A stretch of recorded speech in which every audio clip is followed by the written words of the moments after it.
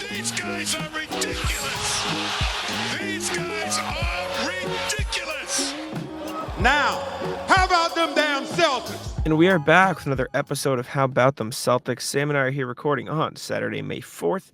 I'm here at the Auerbach Center after Celtics practice. We are ready to rock. We've got a lot of stuff to talk about. Kristaps Porzingis being the bulk of it. We're in between series for the Celtics. The Magic won Game 6, so it's going to 7, and the Celtics don't play again until Tuesday.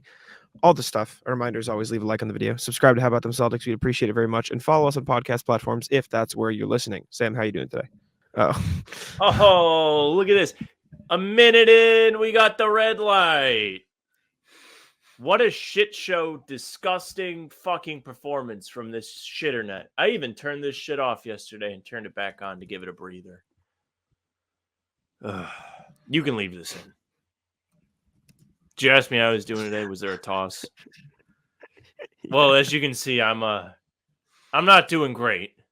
The Wi-Fi is fucking around, but I am excited for the show. We have a great show for you today. We have Cavs Magic, Would You Rather? We have email check-in. Who doesn't love hearing from RJ and the gang? We have a check-in on the second round series, kind of little preview, and then we have post-mortems of all the shit teams that have already been eliminated. Couldn't be. We're here. We're ready to rock. Sam's Wi-Fi is clearly ready to rock. But we'll start with the story of the day. Story of, I guess, the playoffs for the Celtics. Kristaps Porzingis spoke at Celtics practice for the first time since his injury. Talked about the recovery. Talked about everything. I wrote about it for Celtics blog. So if you'd like it in written form, you can go read that there. But a lot of good stuff. A lot of interesting stuff. Kind of all without saying anything at the same time. But the biggest quote I think that a lot of people are running with, and rightfully so, because it's the most significant, he was asked, like, is there a target date? Like, are you looking to come back? He said, there's no, like, specific date. Obviously, it's still pretty early. I think it will be clear once I start doing more stuff. Once I start doing more stuff, it will be clear. Yes, that is the exact quote. He said the same thing twice. But then he said, but yeah, not super close yet. Not super close yet. And then he sort of joked, but expecting to recover at a historic rate, tongue-in-cheek, saying, I'm getting my ass back on the court as soon as I possibly can. Obviously, while taking the proper precautions, he also emphasized the fact that he's like, the worst thing is to re-aggravate it. So I'm being careful, but he is optimistic. He is in good spirits. He's very upset that he can't play in the playoffs because that's like the main reason he wanted to be in Boston. But he's doing all right, just not close quite yet. Yeah, and I don't think anybody with a head on their shoulders expected him to be ready to go for the second round series. It definitely feels like he's going to miss some time. I think the two of us have the conference finals as the day, or not the day, the range of time that we're expecting at least more progress, and maybe him being back would be then. I just don't think he's going to play against either of these teams in the next round. So you have to hope that he can recover okay. Giannis spoke about the injury a little bit with The Athletic. And if you didn't know, same injury as Kristaps. And he was kind of talking about it, and he was explaining the process of recovering. And what Kristaps has to say is very true. Giannis is somebody with a track record of healing quickly. Now, this does not mean Kristaps will not heal quickly. It just means he may have strained it to a less degree. We don't know. But Giannis was like, I expect to heal quickly. And then I went out and I tried to do drills. It was a drill where he puts a lot of weight and pressure on the one leg trying to burst, and he felt the cramp, the pain, whatever. He was like, oh boy. And this was like before game 1 of that first round against the Pacers. So he really just had to keep going day by day and hope it would get better. And Doc came out and was like, I think he was close to being ready to play. Maybe would have played in game 7. And then Giannis in that Athletic article was like, I'm not even close. Like, I'm not sure how there's that much of a disconnect between two people on the same team with an injury. And maybe, I mean, crazy. I also don't, for what it's worth, think Doc is lying. I just think he's misinformed. I think he just doesn't know. Because what value is there in him being like, oh yeah, if we won, Giannis was coming back? If anything, it's more people being mad that you lost. It doesn't make any sense. The Bucks are a mess, and they're out of the playoffs for a reason. What a disaster season for them. You almost feel bad because the Giannis thing was a freak thing, and like I do think the Bucks probably would have beat the Pacers if Giannis was healthy, but draw's the draw. It's unfortunate, but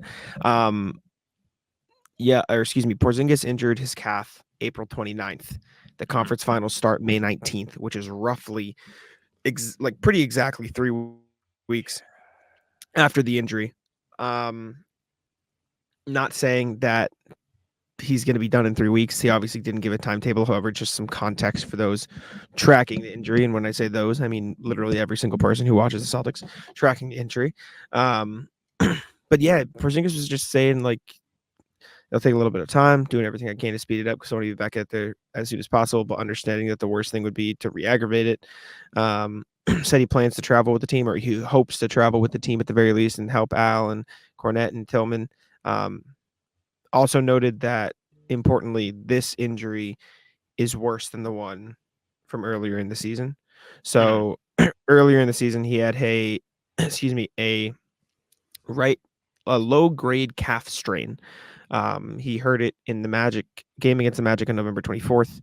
He was back 2 weeks later. He said this one is stronger, worse. Yeah, I didn't want to use that word, but yeah, it's a little bit worse for sure. And yeah, just going to take it a little bit longer, probably, but keeping a positive mindset. So it sounds like it's going to be at least 2 weeks. So luckily for the Celtics, with the Cavs Magic going to 7, their first playoff game against those two is not going to start for a full week after the injury occurred. So that's 1 week. And then the series is going to take at least another week. And then the conference finals don't start for since the injury. So he's going to have for sure more time. It's just a matter of how much more time and how much worse this is. But he seems in good spirits. He talked a lot about how upset he is. Adam Himmelsbach asks, like, how tough is it for you considering like this is why like you came here? Like he goes, tough. I'm not gonna lie, it's tough. The first few moments, like he was very upset when he was like you could see on his face like he was very just like talking like me in trivia when it's like the last round. I'm like, this is tough. Yeah. Tough. Well, yeah, except he's actually upset. You're being an asshole. I'm not being an asshole. It is very tough. We're basically in the same position where I'm trying to guess, like trying not to screw up by guessing the wrong name when I'm holding on to Steedsman in my back pocket, then I lose. I am presenting a man who's clearly extremely upset that he can't play in the playoffs, and he came here for a whole reason. His whole season is shut, and you're just laughing at him. You're just laughing as I'm saying this. Robert De Niro and the Joker. He's like, people are dying. You're laughing. You're laughing. Insane. He said it's not gonna lie, it's tough. The first few moments, I was like, and he sighed. He said, I guess it gets you down for a second, but it is what it is. It's part of the sport. These things happen. The best I can do now is be like, okay, what's the next thing I can do to get healthy as soon as possible and follow the plan. And just said he's looking forward to being back, but he's very upset. But he seems to be in better spirits now than he was, because I think at the time he thought it was worse than it was. So at the very least, he thought, like, after he got the MRI, he was relieved, and he was like, okay, it's not as bad as it could have been, not as bad as I thought originally.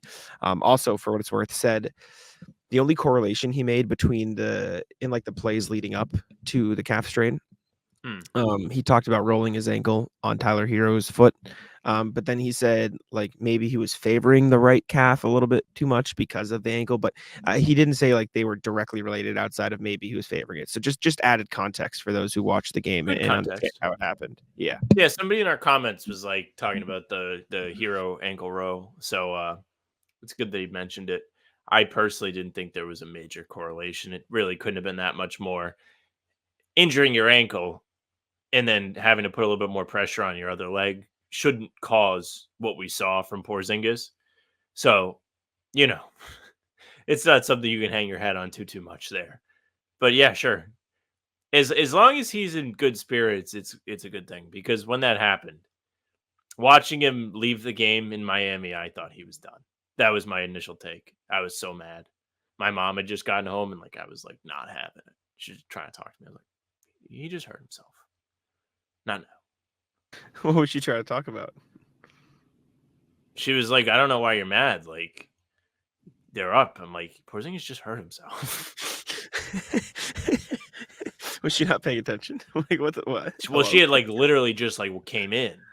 Oh. But like, I wasn't trying to have a conversation. I was 10,000 miles stare forward. I was just had PTSD to the Hayward injury when she was trying to talk to me while I was watching the game, and then all I heard when I was turned around was Hayward has broken his leg. I was devastated. I remember it that the hair broke his leg. You're gonna laugh. I did a cappella in college, and so I was at rehearsal, and me and this other guy were watching the game on our phones, and we were across from each other, like we were all in a circle, stuff. But we were like, it wasn't our turn to sing or whatever, so we're watching the game, and that happens. We both just look up, like at the same time, just make eye contact, like fuck. Devastating, man. It was horrible. That was quite the year, because then it was just all you heard about was when's he coming back. And remember him like running in like the circles, like they had the circles on the floor, and he was putting his feet in each circle as he was taking strides. Yeah, what a time. Also, it looks like this is random. This is just live. It looks like our last pod didn't. Oh no, it did. Okay, I panicked. Justin Quinn just texted me and saying your last few pods haven't showed up for me on podcast platforms. So I had like a panic attack, and so I'm sitting here and it says last pod Thursday, and it's been so long since Thursday. I'm like, wait, they haven't been going up. And I'm like, wait, no, that is the last. Yeah, okay, that makes sense. So we're. I wonder why they're not showing up for him. Yeah, I don't know. I'm gonna have to talk to him, but he just gave me a panic attack. So shout out Justin. Episode 480 is the last one that came through. Yeah, that is the last one. Hold up. Now I'm just messaging him back because he scared me. What the fuck? In all caps. Lose my number. Oh man. Okay. Whew, panic. Okay, we're good. Prize Picks is America's #1 fantasy sports app with more than 3 million members. It is the easiest and most exciting way to get in on the action while you watch your favorite sports and players. You just pick more or less on 2 or more player stats and watch all the winnings roll in. You can now win up to 100 times your money on Prize Picks with as little as 4 correct picks. You can turn $10 into 1,000 with basketball, hockey, college basketball entries today on Prize Picks, America's #1 fantasy sports app. One of our favorite picks here at the How About Them Celtics podcast is the Drew Holiday blocks. It's usually 0.5. He just needs more than 0.5 blocks. That means 1 Drew Holiday block. And that pick is in the bag. Prize Picks is really simple to play. I can make my picks and submit my entry in less than 60 seconds. Download the app today and use code CLNS for a first deposit match up to $100. Again, download the app today and use code CLNS for a first deposit match up to $100. Pick more, pick less. It's that easy. Speaking of panic, get ready to watch other fan bases panic on Sunday as the Cavs and Magic play Game 7. Winner will play the Celtics. Tuesday, Game 1 at the Garden, 7 p.m. The segment is, would you rather? Would you rather play the Cavs or Magic, and why? It feels weird for you to ask me, because usually I'm not asking you. I'd rather play the Cavs. From a Celtics perspective, I think the obvious answer is the Cavs. I think the Cavs are – it's weird because I think the Cavs are the better overall team than the Magic. But I think the Cavs are easier for the Celtics to beat than the Magic, if that makes sense. Because I think with Donovan Mitchell and with Darius Garland in the rotation, you're going to have 2 guys constantly on the floor who are like you can pick on like every single time down the floor. Like you saw Drew Holiday post up Tyler Hero, Darius Garland's going to get cooked. You saw Jaylen Brown post up Tyler Hero, Donovan Mitchell's cooked. Like those guys aren't going to be able to defend with the offensive lineup the Celtics have assembled. One's going to have to guard Derek White. The other's going to have to guard Drew Holiday. But then they're just going to set a screen and get them to switch. And if they don't switch, then they're going to have a run to the basket. Like it's going to be a mess. I said this on Talking Steez the other day, but the entirety of the other Cavs game earlier in the season was the Celtics running a pick and roll with Tatum and the big, and then getting Jarrett Allen switched onto Tatum.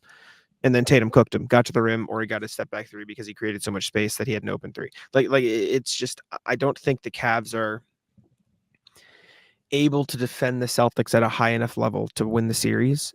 And then when you consider that they've had 2 sub 90-point games and are one of 4 teams to have it, I don't trust their offense really either. They had 96 points last night, I think, and Donovan Mitchell had 47 of them. Like, I don't trust the Cavs offense. No, he had 50. I just don't. He had 50 of them.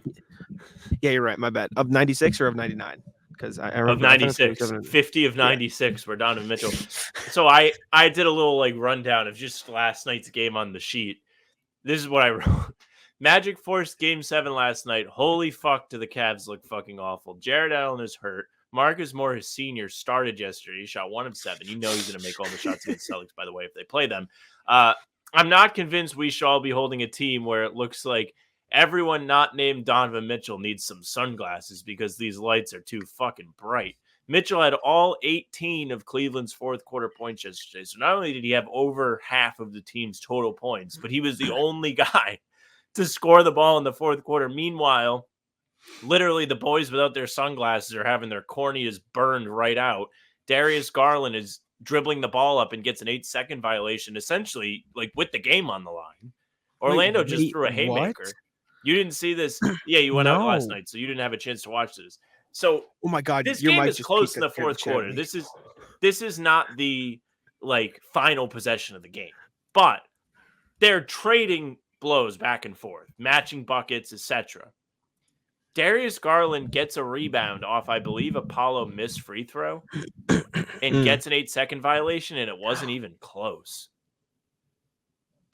Oh no, you can't do this, man. That's what I'm saying. Oh, Like, no. are we sure this team is scary for the Celtics? Like, Jared Allen is hurt. He's a good player, and he's not playing. Look at This is so bad. This is so bad. Finally gets the. Did the shot clock start early? Why is it started already? They don't have the ball, do they? Oh, they kind of do. I think Yeah, they do. it got touched after the free throw miss. Where's he going? He's just taking his time, dude. He's trying to like make an S. Oh in the backcourt. nah, that's so bad. I mean, really, I really, give really the bad. Celtics a really hard time about mental mistakes sometimes, like Tatum taking bad shots, guys rushing, even in the last series, right? Like, you have a mismatch. Why are you taking a fadeaway? If they were down 5 points with 3 minutes left and somebody took an 8-second violation, I think I might go into cardiac arrest in a closeout game where I'm like, oh, you know what'd be nice is not watching Game 7. Dude, I love Franz Wagner like pumping his fist like he did something. Look at him. He's like, yeah. He's like, oh my God, Darius Garland literally has a monkey with symbols in his head. That's crazy. That's so unbelievably unacceptable. Wow. I will say, good thing that they put. You know how we were talking like when the Celtics Heat series are still going on, like Cavs Magic are going to play Game 4 before the Celtics finish Game 3. Good. I'm glad that happened because it took so long. Yeah, maybe we're not. Maybe we're not glad. Why? You gotta Celtics, think. it's true. Celtics could have had Yeah, even more time to rest. Yeah, Celtics. you're right. Yeah, no, the Magic. I agree with you. Cavs. One. I was watching this game a little bit before we left to go out, and one of the only things I saw was fucking Jalen Suggs chuck up a Steph Curry 3 and 1. I was just like, nah, if they're making that, then the Cavs have no fucking chance. What are we doing? I think Orlando was my up. God. So I went to the movies last night, so I didn't see the whole Yeah. game, but I did see the important, as everyone likes to say, important part of the game, even though the whole thing's important. Yeah. Man, did Cleveland just look awful down the stretch. They look terrible on the road. And like just thinking about like, okay, they won't have home court against the Celtics, and every time they have played down at Kia Center in Orlando, they have looked brainless. So that would make me feel better about playing against them. I still contend that they're not going to punch back against a good team. Like the Donovan Mitchell thing is weird. I'm sure he's not thrilled that he's literally backpacking them and they're still losing. So I'd imagine when things go wrong, there might be some finger pointing that happens in the locker room. And 3, seems like the Magic are kind of married to wearing blue at home. So if the Celtics play them, that means they have to wear white on the road. And I'm just they can not wear black. interested in seeing. Can they, or is that against the colorblind palette? I think the 2 dark colors can make it tough to decipher, so they might have to roll. But with their the white. blue is pretty vibrant. Like it's not like a navy blue. Like it's not like the Pelicans blue. Do you know what I'm saying? Sure. So I wonder For what if they it's can get worth, away though, with it. Cleveland has worn blue. I mean, white in all the games. I wonder. Let me see. Celtics. I think Cleveland might have worn white every game in this series. Really? Yeah, I think they've been honorable in terms of the home whites. So it looks like the Celtics. Don't tell me if When the Magic. Wow, these two teams, every time they played each other this season, they wore the same exact jerseys every time. yeah, So they wore dark blue. Oh no, that's a lie. So they wore They were dark the city blue. editions. Yeah, they were the dark blue ones, and the Celtics wore green. So that was allowed. Oh, they did. Another one. Well, it's not the same blue that they've been wearing this series. We might be back It's a still. dark. No, yeah, but it's a darker blue. So I don't know if they could get away with the green with the more vibrant blue. Maybe they can go with the black.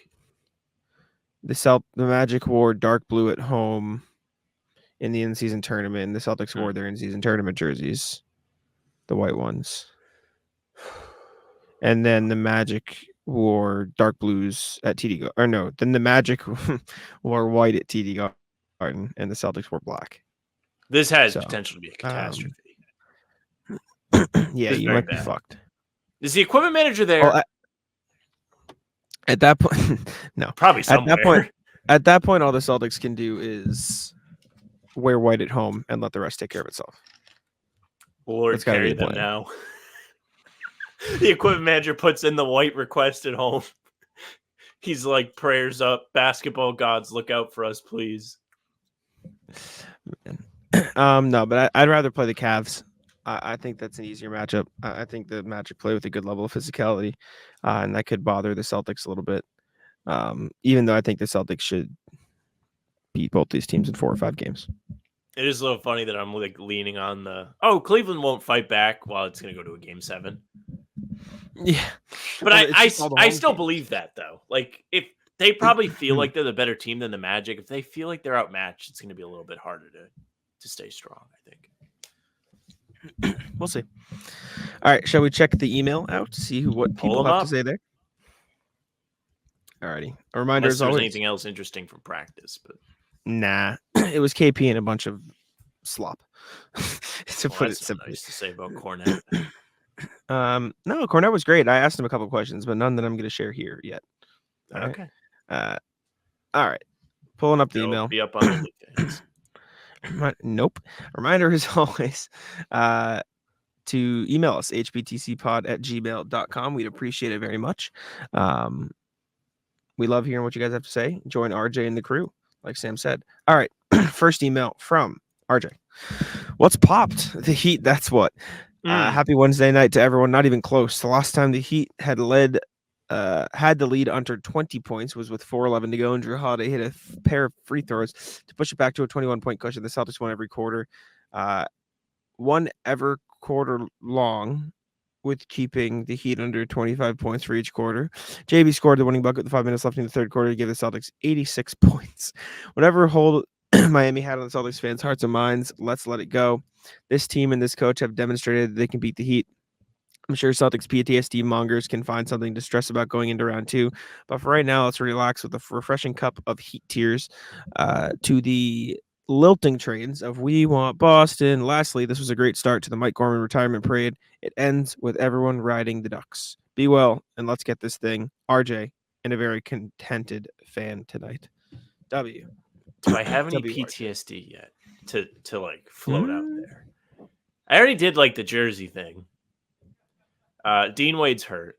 I think Marcus Morris Sr. is going to light them up in one game. George Niang. They play Cleveland.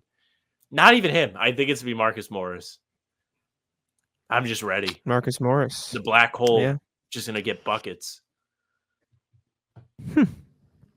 All right. Mo Wagner. Let's see. Next one, Mo Wagner. Ian. What's poppin'? I'm back, bitches. It's been too long not catching live games, live streams, and emailing in some analysis and a forward look. Jesus Christ. And a forward look. Cooked. He literally only won a game from a lazy Celtics team and a hot Heat team. There was nothing else going for them. Wasn't worried about it since at all since half of game 1.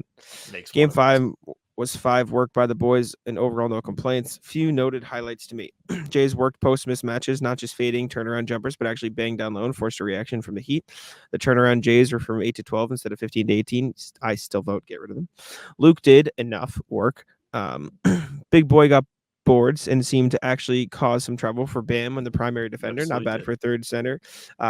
Matching up against an all-star. He actually defended Bam. Like the numbers were really good. Bam shot like 2 of 10 something against Cornette.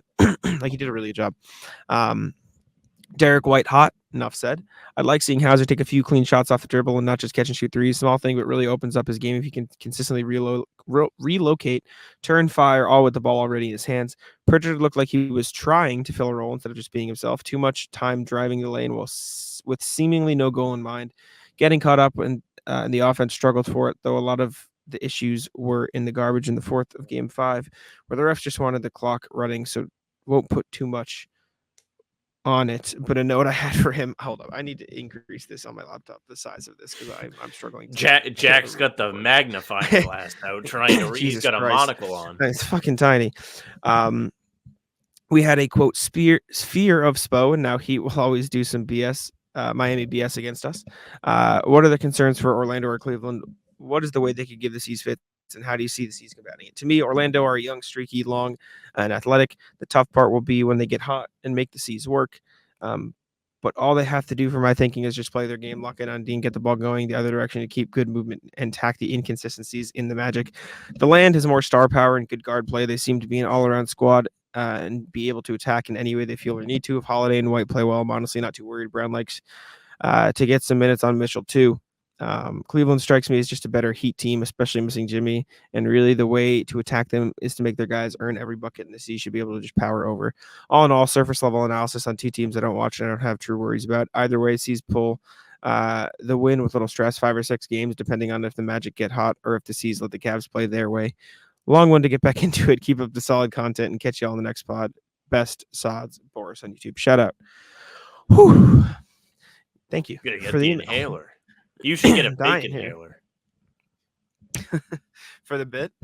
You just like you read an email, you just. Next one from RJ. What's poppin' connections? Happy Friday, guys. A quick note after watching the awful coaching vid. Joe talks about everything being connected, defense leading to offense and vice versa. We've seen the C's have games where their lack of offense has led to poor defensive outings. It was nice to see the Celtics stay locked in on defense against the Heat for the last 3 games, even when their shot isn't falling for a little while. I'm curious, of their 2 possible second round opponents, which one do you think the Celtics might lead the C's to being a little more slack on defense? Also, do you think the C's might slack off simply because whoever it turns out to be isn't an accursed Heat? Be well and enjoy virtual August for the next day or so. It's true. Be well, RJ. Thank you, RJ. What do you think? Nah, I think they're fine. I think they're locked. I think they are locked in for the playoffs, and I think they're going to treat it as such. I'm confident. I feel like we can't make this conclusion until I see the jersey, but overall, it does feel like Game 2 was the wake-up call they might have needed against Miami. Like, Tatum came out and talked about it after the series, and I think we kicked it around on here too. Them playing a Miami team that they have history with in the first round had a different effect than playing Atlanta, who nobody thought was any good last year, and they kind of walked through, even though it went to 6. Like, they did sleepwalk and fucked around, lost a couple games, and they were clearly not trying to do that in this series. The one game was an awful lapse, but the rest of them, there was no characteristic of like nonsense, shit show, none of it. Yeah, I just I think the Celtics team is different here, as they say. My bad. Next one from Micah Hilly, officiating debate. What's poppin', guys? Hope all is well. Me and my friend keeps arguing about one thing, officiating. He keeps seeing the refs letting them play physical and says, why don't they just call fouls when they happen, follow the rules of basketball the way they are written? And I will explain the way they're written, And I will explain. Nobody wants to watch a free throw fest like we saw with James Harden and Trae Young foul baiting all the time. He says, then why don't they just not foul? If they changed the way they called it, people would be forced to play differently. I'm obviously pro letting them play, but I'm curious your take on this debate. I hope I clarified enough for you. From Michael Peters is the GOAT, Michael Hilly. I do think they need to change some rules. Like, I do think they need to change the rules so the refs just aren't. Like, I think your friend makes sense in terms of if they're the rules, call the rules or change the rules. Like, don't just not call shit because that's how you think the game should be called. That said, I like the way the physicality is being allowed lately. I'm a fan of letting them play. But I do think got to get rid of the offensive guy just break checking guys. The Brunson bucket at the end of the Philly game. Sixers, yeah. I was none too pleased watching that. I think I messaged the roundtable chat like they need to ban that. Yeah, Sixers fans are really mad because Maxey was like doing the same thing the whole series and not getting any of them, and then Brunson was just getting the call every single time he did it. So they were none too pleased that was going down. Stand by. There was a great Reddit post about this on the Celtics sub. There's going to be a lot for me to scroll through, I think, because they had the pressers today. But the summary of it was like coaching 101 or like coaching tree or something like that, and was like, get ready for the Jalen Brunson reverse headbutt. You have to be ready for it in the conference finals. Don't let him get away with it, and play defense accordingly. And it made me chuckle. I don't think I'm going to find it. Yeah. Philly fans were very mad that Maxey wasn't getting those calls and Brunson was, because they were very similar. But yeah, Joe Mishmin writes, Celtics coaches, take note of Brunson's reverse headbutt. Brunson has pulled this move countless times over and over again. Get by the defender, put him on your back as you drive, slow, slightly, and jump backwards, headbutting the defender. If we see the Knicks later, be ready for that. Brown is absolutely going to get 2 fouls in the first quarter on this play. Run it in practice. Figure out how to get around it. That's some danger. I think the solution is Derek White block from behind. Easy peasy. See you later. It's all fun and games till he's missing Good teeth night. from getting headbutted. Yeah, it's all right. He'll handle it. Last email from RJ. What's poppin'? Toughness, discipline, and focus. Happy Saturday morning, guys. This used to be the time I would watch cartoons as a kid. Now I write to my 2 favorite characters, the joys of growing up. Your video today about, quote, toughness was fascinating because so often we get locked in on one, usually narrow, notion of a word. In sports, toughness is seen the way you described, a physical manifestation of resolving conflict. Describe someone as a, quote, tough guy, and it conjures images of someone who will punch first and ask questions later. But toughness or fortitude can also mean that a person has resolved to hold their principles in all circumstances. The C's toughness comes in not being knocked off their mental line to get to their goal. Just like JB or JT has the strength to drive to the basket through contact and finish at the rim, the Celtics as a squad aren't being pushed out of their mindset. Take a sip, Missoula Bingo players, by extraneous BS. Also take a moment to bask in O'Shea Brissett's receipt video that he dropped on Friday. It's 19 minutes and 37 seconds of beauty. Be well, and let's get this thing done. RJ, who does enjoy a well-done takedown. I didn't watch the video, but I saw the images of the receipts. It was very funny. I need to go watch that. I'll probably enjoy it. Before the series, he was like, Heat fans, we want Boston. You shouldn't want Boston. Or something. He was like talking shit. And then everyone was just like, get a job. Like, you don't even play. And then he just brought up all get the a job. Damn. I think he told them to get a job, actually. I think he told them to get a job. But okay. Respect. Gotta tell him to touch yeah. grass. Thank you for the emails. We appreciate it. All right.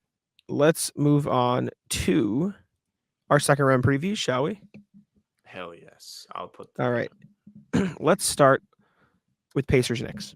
So Pacers just wrapped up a series. I would say a pretty impressive series against the Bucks. I know they were without Giannis for the entirety, and they were without Dame for a few games, or just at least 2 games.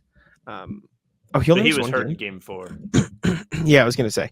But the Pacers look really good. Pascal Siakam looked awesome. Tyrese Haliburton stepped up when he needed to. Ben Shepherd like randomly plays rotation minutes now and is really good. So he's been impressive. Andrew Nembhard was a beast.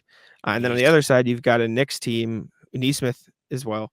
On the other side, you got a Knicks team who just battled it out with the Sixers, got it done in 6. Brunson has been Jesus Christ himself for the last 3 games. Josh Hart's averaging 12.5 rebounds a game. Dante DiVincenzo stepping up. Anunoby looks awesome. Hartenstein and Robinson, Miles McBride, everybody is just stepping up for them. So I'm really excited for the series. I think a lot of people have penciled in oh yeah, the Knicks will probably win, and I'd probably pick the Knicks too. But I think this is going to be a really, really good series. I think the Pacers are going to test them because, as people like to point out, and people have pointed out since this became the matchup, this is the fastest paced team in the NBA versus the slowest paced team in the NBA. So it's going to be really interesting to see how that plays out on the court. So I'm excited. Also, Josh Hart might have gotten hurt. I don't know if there was actually an update on that. You may have seen it, but he was limping around in that Philly game. I mean, he obviously looked fine at the end, made the big 3 to kind of be the dagger. But there was a point in that game where they were making a huge deal about him being hurt. So I'm curious to see if he has that same spring in his step on the glass. For those interested, Knicks are minus 245 to win the series. Pacers are plus 200 underdogs. We kind of talked about this, but it does feel like the Knicks passed a real test in the Sixers, even though it's the Sixers and it's kind of funny to label them as a real test, but it felt like that series was extremely close the entire time and they showed up in the big spots while Philly melted. However, kind of feels like the Pacers have that same crackhead energy. Nesmith, Nembhard, McConnell, they're all like cut from the same cloth as these Knicks guys that are just Fucking flying around. TJ McConnell. That motherfucker stepped up so big in Game 6. He's a little Him and rat Obi in the Toppin, who will best have a way. little chip on his Best way. shoulder. Yeah, I'd imagine. it's true. It's true. Also, subplot: Raptors fans get to watch the series and cry. Pascal versus Oh, OG. yes. Raptors Civil War. Siakam, I forgot was on this Pacers team until the playoffs started because they just didn't play the Celtics after the trade. And I was And like, oh yeah, he's they have him on there. really good. He's played Yeah. really, really He good. had like And 35 in the first 2 games. Like Mhm. he averaged 35. And OG's also been really good. Dude, the Raptors are going to look back on this and be like, holy shit, we didn't get enough for these two fuckers. Like, damn. Maybe. That's so tough. I think they got a decent return, but still, yes. Dude, it's going to be, I was listening to Zach Lowe talk about it. It's going to be 3 late first round picks and Bruce Brown, who's whatever, right? For them. And then RJ Barrett and Emmanuel Quickly and a second is like cool. But They probably OG didn't get enough for Anunoby, Siakam. yeah, OG Anunoby is so like he's fucking really, really good. Siakam in the series averaged 22, 8 and 4 on 54-27 splits. He had a big first 2 games, like you mentioned.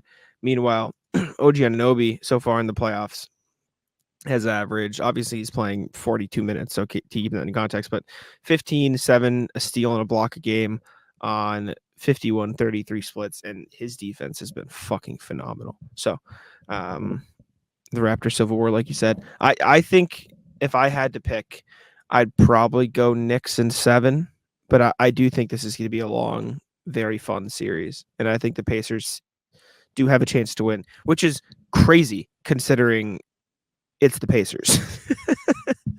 That's the thing. Like, I don't know. It feels like maybe this like bites the Knicks in the ass like the same way it would for the Celtics, but it doesn't feel like that's in their DNA.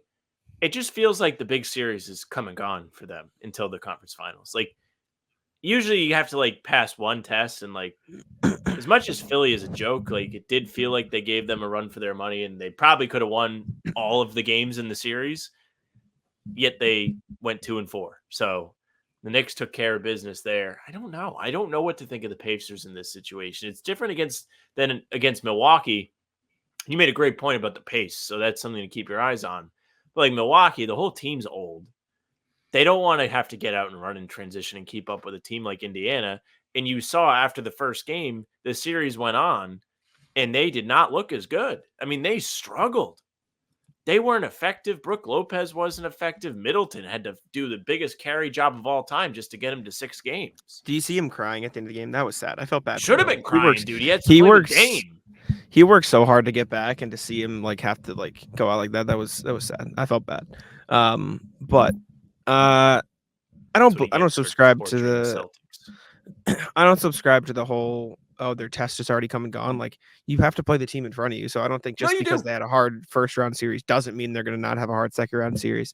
Like the 08 Celtics went to 7 in their first 2 series, right? So they did. I think this is going to be another long series for the Knicks, and those minutes are going to pile up, which good for the Celtics if they do. But I would love to see them lose. Nobody wants the Knicks to lose more than me, except for probably Pacers. Before heading into the season, I don't think we would have thought Knicks Pacers second round matchup in the playoffs. Yeah, Knicks Pacers second round, and Celtics versus Orlando or Cleveland. Yeah, either of them. It's kind of wild. Milwaukee, Philly, and Miami all being out is like, because I think a lot of people expected it to be those 4 in the semis. Yes. So I mean, the Bucks were title favorites with Boston and Denver before the season. Now they're watching games in early May. See you later. Second year in a row. Yeah, I'll go Knicks in 7. Do you have a prediction? I think they'll win in 5 or 6, to be honest with you. Oh, wow. You're not in on the Pacers at all. Okay. I don't know. It feels like a letdown spot for the Pacers. Interesting. Okay. We'll see. I have like a weird feeling about it. I'm rooting for them, but I don't know. Low expectations. The amount of like dopamine I'm going to get from this if they really compete. For what it's worth, I think I'm also rooting for the Pacers. From a who I like to watch perspective, from a Jack has to travel perspective, probably don't want to go to Indiana. So I won't be upset either way. But Okay, next one, Mavs-Thunder. Mavs closed out the Clippers last night as we're recording this. Clippers went out sad. Mavs stepped up. Kyrie's been really good in the playoffs so far. Thunder stormed through the Pelicans. I think this is going to be a really good series. I think both teams have an actual chance to win. I actually don't know who I lean, and so I think I'm going to have to think what we discuss, because I think the whole Thunder are young and inexperienced seems unfair, because they just won a playoff series and like handedly, but that Pelicans team was also not at full strength, and it was kind of whatever. This Mavs team, red hot to end the season. Luka, with the fact that Luka or Shea probably isn't the best player in the series, is like significant, I'd say. Like that tells you how good the Mavs are. Kyrie's been on fire. I don't know. I think I'd pick the Thunder, but I think the Mavs have a bigger chance than I gave the Pacers, and I was in on the Pacers. So I'm excited for this series as well. Yeah, the sportsbook agrees with you. Mavs are minus 105 as slight underdogs. Thunder minus 115. So it's going to be a series. At least that's what all the people that are like, hey, come give me your money think. Is this in the MVP conversation series? Two guys that everybody wanted to be like, hey, you should mention them when you talk about the MVP, but they obviously were not going to win it. Are facing off for the second place, the silver medal of the MVP, maybe. And then they can play Jokic for the belt in the next round if they get through. This is going to be a fantastic series. I kind of am on the same page as you, where I don't really know which way I lean. I think I lean Thunder, because I feel like their team is more well-rounded. I think they have talent at the top, but at the same time, like their whole starting lineup is pretty solid and can really make an impact on the game. I think Dallas has Luka and Kyrie. They're excellent ball handlers, excellent creators. I think they have great role guys in Derek Lively, Derek Jones Jr. But I'm not convinced about the other guys. I think like the supporting cast of J-Dub and Chet, Lou Dort, Giddey outweighs what you have with Dallas. Like, you want to really put all your eggs in Tim Hardaway Jr.? Maybe not. Maybe you're actually putting them with Luka. But the way Luka plays career ball, you need those guys to step up when it's their time. They got through the Clippers, but I don't know. So it's a tightly contested matchup. It's going to be one to keep your eyes on. It sucks because it's very tough for me to care about these series when they're not in the East. But it should be quite the spectacle. Yeah, Luka hasn't been shooting particularly efficiently. He's like sneaky hurt, but maybe not. He also never is that efficient. Kyrie has been super efficient, though. 51-45 splits on 8 threes a game is crazy. PJ Washington stepped up. Nobody else is averaging a ton of points, but sneaky. Derek Jones Jr. shooting 38% from 3 on 2 a game. Not bad. Big. They need that from him. He won them a game, or had them close to winning a game when they made that massive comeback, because the Clippers were letting him shoot, and he made a couple big shots. Is this your time? Credit to him. Dante Exum has not been playing in the playoffs, unfortunately. He got the boot. He had that stretch where he made the game winner against, I think, Sacramento, and I was like, I would put my head in the microwave if he did that to the Celtics. Yeah, I'll probably go Thunder in 7 as well, but probably a 7-gamer. Okay. We talked about Nuggets T-Wolves on a past pod, so we don't have to talk about that one now. So we can. You'll know who the winner is, though. What do you mean? Oh yeah, true. The game's tonight. Let's talk about the Bucks. The Bucks obviously got bounced from the playoffs, and there have been some very fun quotes since then, or at the very least, thoughts. I don't know. So people are talking. Doc on Dame. Dame's thoughts were, Coach, I was never in the shape that I needed to be in. I had to wait all summer. Because you're scared to play when you're about to get traded, so you don't want to get injured. So he says, it was my worst offseason I ever had. I guarantee you that next year you're going to see me in the best shape you've ever seen. So, cool. We're all trying to find the guy who did this. Yeah, I wonder. And then the Pat Bev saga. What a fucking loser. Like, that shit made me so mad. The ball thing is one thing. I think he could genuinely get like a long suspension for that. I heard Draymond talking about it on his podcast, and Draymond said like that's probably the closest you can get to like jumping in the stands and like having an altercation with the fan, which like we saw the last time it happened. What happened? So I think this is not going to bode well for Pat Bev. The thing that pissed me off more, you can't kick a reporter out of the scrum like that. Like that's such a shitty, like you're like that made me so mad. Like what a loser. And like respect to the reporter for the way she handled it, for just like being like whatever, I'll just back off. And he called her to apologize afterwards, but like that's unacceptable behavior. She's there trying to do her fucking job, and you're there being a fucking loser because you lost in the playoffs. Like that's so fucking unacceptable. That made me so mad. That's such a fucking like. She's just there to do her job, man. That's the equivalent of you fucking yelling at a grocery store clerk because the price is bad. Like she doesn't fucking control that. She's there trying to do her job, and you're being an asshole. No, what the fuck is wrong with you? No, it made me so mad. Like that was the biggest loser shit. You should be mad. In fairness, I'm just breaking your balls. I think that made me so mad. Having been in a few press conferences, it's just kind of a tense situation. I'm sure if you're a veteran on the beat, it's a little less tense, but it's still like you don't want to mess up. You're around your peers, and you want to earn and maintain their respect. So, him acting like that probably didn't make her feel great. I guess it's cool that he apologized, but it's just an insane thing to do from the jump. And I'm a fan of Pat Bev's. I think we'll talk a little bit more about him later.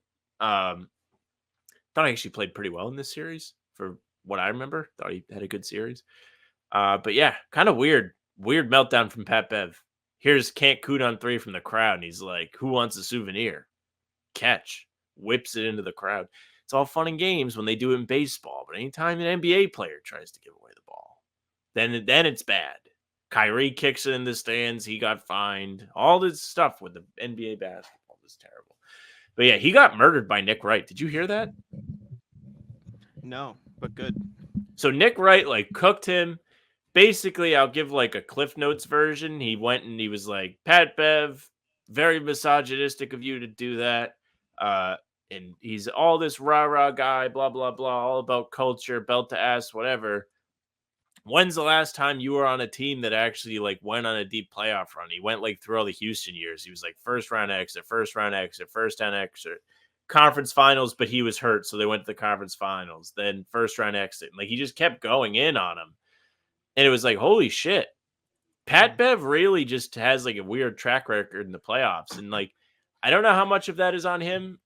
I genuinely think he had a pretty decent series against the Pacers. So I don't know if it's fair to point at him for this, but he did get cooked in the final play of game 3 or 4. I don't give a shit about the on-court stuff though. Like I don't care even like a little bit about how he's played, about how his team is saying what Nick Wright said. I know, and I get that, but this has nothing to do with him as a player. This has to do with him being a fucking asshole for no reason. Like just and even the ball in the crowd thing, right?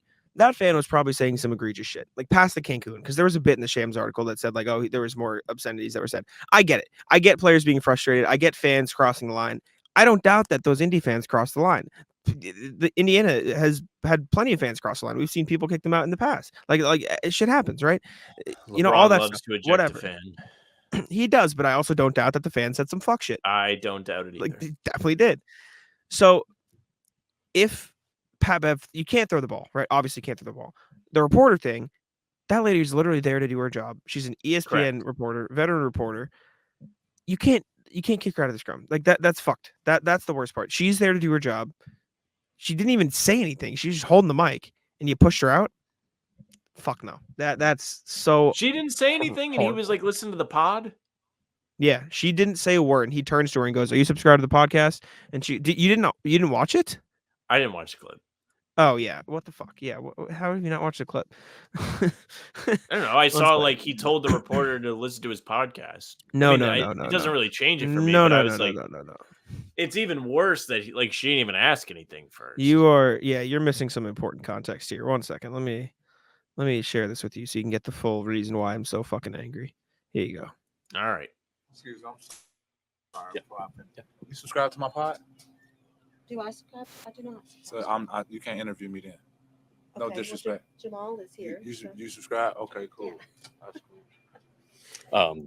Again, there were a couple times within a bucket. In previous games, y'all have been able to kind of get over that hump, or maybe. was it anything they did in particular, or was it just For one of audio those listeners, where he keeps pushing her bucket mic out didn't of the go way. down, there wasn't the stop, they made one? What kind of prevented that you all from being able to get over, kind of like you have in the past? You move that mic, please, or just get out the circle, please, for me, please, ma'am. If you're not subscribed to my pod, I appreciate it. Thank you. You can't do that. You can't do Kinda that. weird. That's not okay. Yeah. That's not. It's not weird. It's just you're an asshole. Like that's It's fucked up. bizarre. Like fuck you. Apparently he's been doing that to Bucks reporters all season. Like he won't talk to them if they're not subscribed. Like there's a line, and that is it. People trying to do their jobs. Fuck you. You can't do that. You just can't do that. And I like Pat Bev. I've liked Pat Bev. I like the podcast. Ironically, I've liked shit that he Jack said. is I like sub stuff to that the he's pod. done. I Just in am. I case. like the pod. Just in case. Jack, some to the pod. But you can't do that. That's you can't do that. Whatever. Anyways, Nah, it's um, unbelievable. Like, yeah, I mean, you nailed it. We don't need to talk about it anymore. Trying to do her job, kicked out, unprompted. It's not even like she asked him some like question that you might be like, like I don't know, like if you should ask him that after a loss. Like, no, it was unprompted. I just assumed she asked him something he didn't like, and then he was weird about it. But that's even worse. Yeah.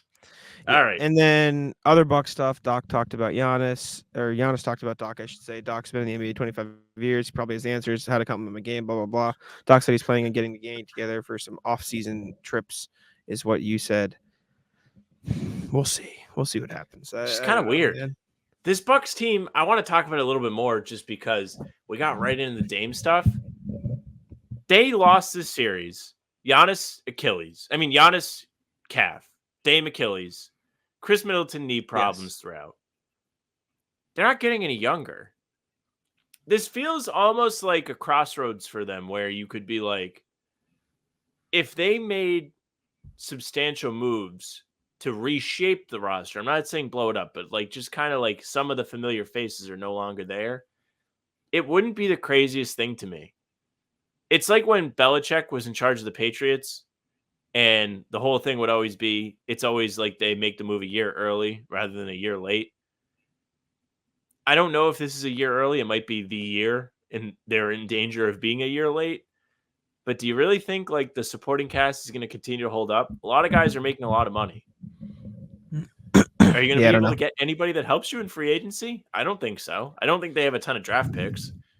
They're kind of up the creek here. They're relying on old man Dame, Giannis, who has now been hurt in 2 straight playoffs, even though he did speak a lot about trying to be healthier and making changes and different things, whether it's his play style, diet, rest, all these different things, part of the Athletic article where I got the Doc quote from.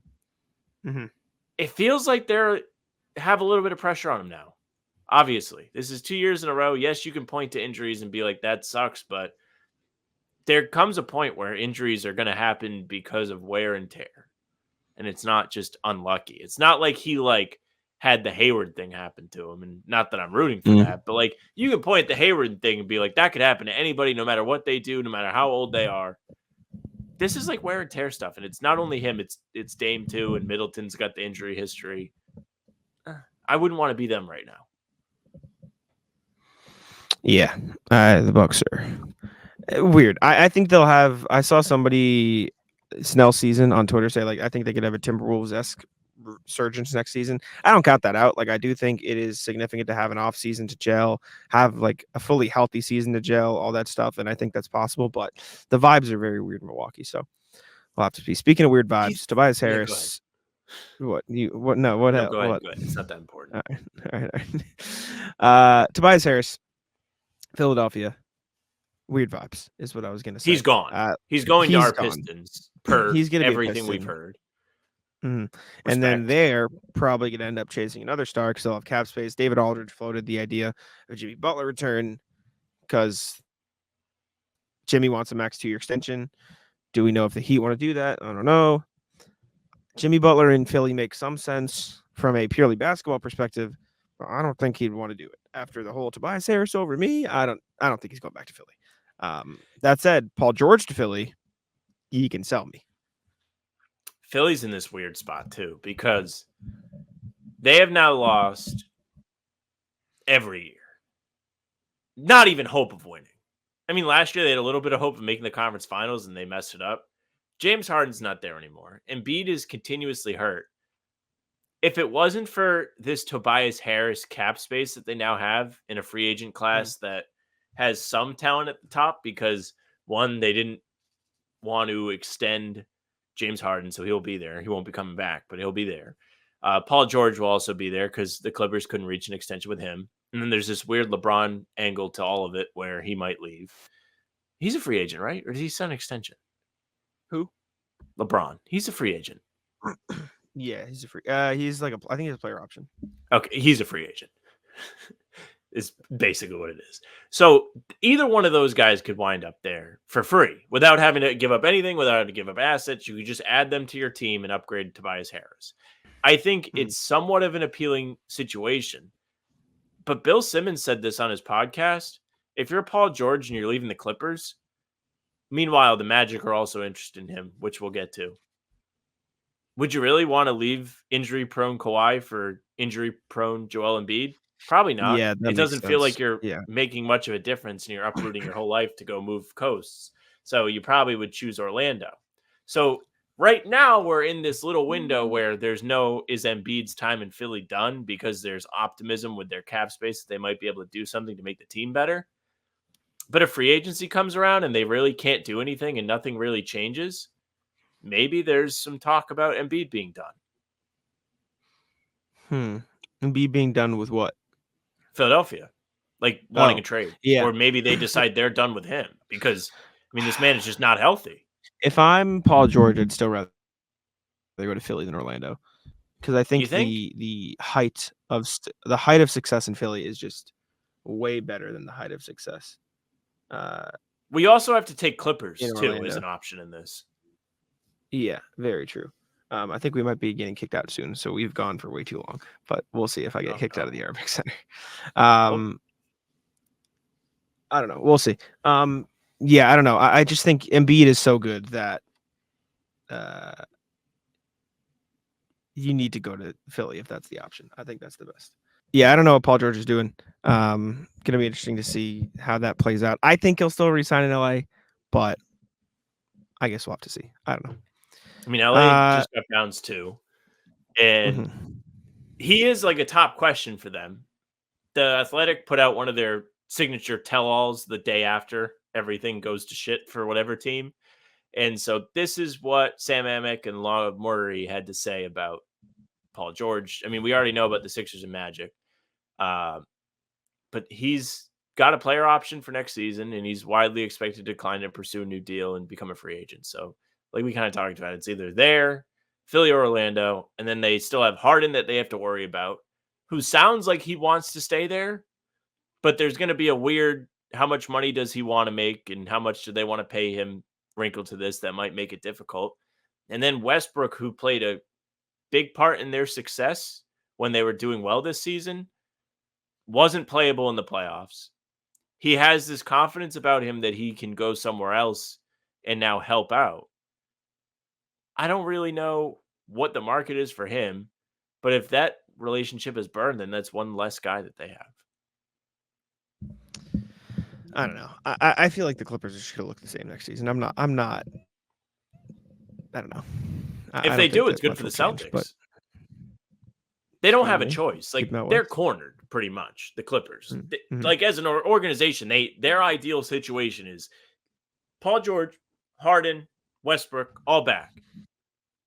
Not ideal if you're like just a general NBA team. You're putting your future in the hands of all aging stars, which I guess happens, but they really didn't get the benefit of having the aging stars yet.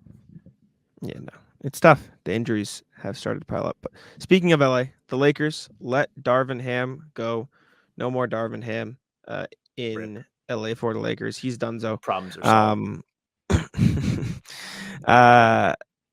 Mike Budenholzer, JJ Redick, Kenny Atkinson, and Charles Lee are the potential top candidates to replace him. If I'm them, I'd rather coach the Hornets. I don't want to go to LA. Unless the only one I think could want to go to LA, I think Bud would be fine. I think JJ Redick would be. If I'm Charles Lee or Kenny Atkinson, I don't want that job. But I think the other two would be fine. To me, Bud's the only one. Any of those other guys, I think you have like too much at stake to have LeBron step on your reputation and throw you under the bus a million times. So I wouldn't want this job. Wouldn't touch it with a 10-foot pole if I'm trying to make my name as a head coach. Yeah, I guess Yeah, It's you're just right. I don't think it's a it matters. lose-lose. If your team's good, it's all him, and if the team's bad, it's all your fault. Mhm. Yeah, you're right. I think JJ, if you're a first-time head coach, you can't coach LeBron. I think that's the lesson we've learned. What about the It's pod? a no-no. Weird tensions on the pod if he's It's the true. coach. It's like they're going over like X's and O's stuff, and LeBron's like sniping at him, passive aggressive, like, "Huh, I wish our team could do this." Next one, speaking of a team in trouble, Matt Ishbia recently talked about the Suns with what I think is just like the best quote in the world. Basically, Matt Ishbia gets up on the stage after the Suns get swept in the playoffs, says, ask the other 29 GMs, 26 of them would trade their whole team for our whole team, our draft picks and everything. As is. The house is not on fire. We're in a great position. It's not hard to fix. We're not like, hey, we don't have enough talent to win a championship. We have enough talent to win a championship. Do we have enough continuity? There's a lot of things we can look at. Do we have leadership in place, et cetera, et cetera? This is the house on fire dog meme. Yeah. Have you seen that? This is fine. I listened to the Low Post and they counted them. Matt Ishbia, a lot of teams would say, fuck no, we don't want your situation. Celtics, nah. Nuggets, nah. Thunder, nah. Spurs, nah. Right? Like Knicks, no. You know what I'm saying? Like there's so many teams that just have no interest in that. If I'm the Kings, I'd rather have the Kings situation than the Suns. Are you kidding? What are we doing? They're a worse version of the Clippers. They have Yes. all their money poured into 3 guys. 2 of them are aging. Bradley Beal just simply isn't good. Durant's good, but he's not Durant of old. And Booker's probably in his prime. And this is a really, really weird quote from Ishbia because it feels very Rick Pitino-esque. He came in, bought the team, fucked everything up, rushed everything, wanted to be the hero owner, trades for Durant, gives up Miles Bridges, gives up $1 billion draft picks, trades for Brad Beal, gives up all of the remaining draft picks. They have nobody that they can spend money on because they're not only tied up their money in these 3 guys, but then there's the new CBA. They're very limited in what they can do. He fucked it up. He fucked it up, and they're fucked. He took out all these guys that were similar in age to Booker, where they could have had a longer window to compete. Mm-hmm. And now it's Durant and Bradley Beal and Nurkic. Good luck. They're cooked. They're cooked. All right. Do you want to do the rat list quick so I can get out of here? Because CLNS guys are leaving, and I do not want to have to be the last one in this place and get kicked out. So I'll let you do a rat list, and I'll do one, then we can get out of here. So I'm not the last person in the building. Sure. Rat list, ambulances. So ambulances, I always get a kick out of ambulances when they're on the road. Ambulances are serving a great purpose. They're making sure everyone gets to their destination if they're injured or sick or having an emergency. You need ambulances. There's nothing wrong with ambulances. The problem that I have with ambulances is when I'm driving and then there's just an ambulance lurking like way in the back, has its lights on, blasting the sirens, and it's like Jaws. But they're not really treating it like they should. They're just kind of driving normal, but they have all the fanfare with it. Like, is it an emergency or is it not? Let's see you put your money where your mouth is and actually get the person to the hospital or wherever they're trying to go. Yeah, I hate it. It's super awkward. I hate having to drive behind him. The worst are the people who go behind the ambulance and use it as the speed lane. Fuck you. No, you're the worst. Yes, I don't do it. Horrible. But respect. I respect. No respect. No. Unacceptable. Why? You gotta let the people get back. You gotta let the people get back in their spot. You just fuck up the flow of traffic even more if you do that. Fuck you. What if you were? Yeah, no shot.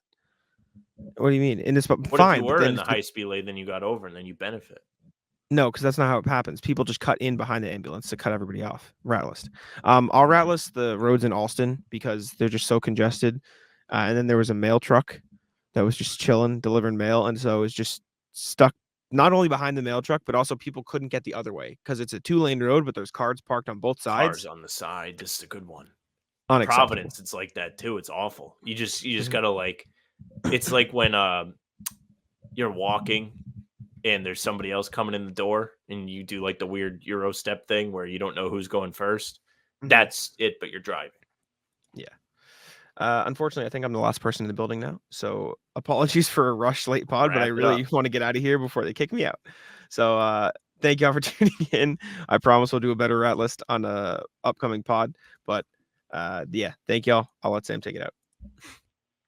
Hey, thank you very much for listening and watching. If you're watching, make sure you subscribe to our YouTube channel. Hit the notification bell. There's almost 2,500 of you. So keep it growing. We appreciate that. Leave a like, comment. If you subscribe, you won't miss any of our daily uploads. We're coming at you with something new every day at 5 a.m., whether it's these pods Tuesday, Thursday, and a weekend day, usually Sunday. Game recaps the morning after each game or other videos in between. We got you covered. Plus, we're live for Talking C's Monday, Wednesday, and Friday mornings, tentatively. Celtics to the Roundtable around 6 p.m. on Tuesday. And Jack and I are here for pregame before every game for a half hour. So come hang out. It's a blast. We're also on Spotify and Apple. So if you follow us there, the game recaps and full pods will go right in your feed.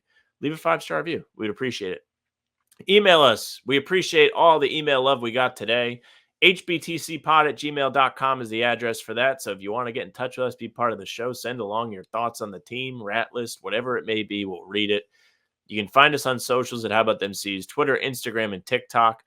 Facebook is just the name of the podcast. Our streams are there. They're on YouTube and they're on Twitter. Jack's Twitter is Jack Simone NBA. Mine is at Sam LaFrance NBA. That's it for us. Bye. Tic-tac-toe.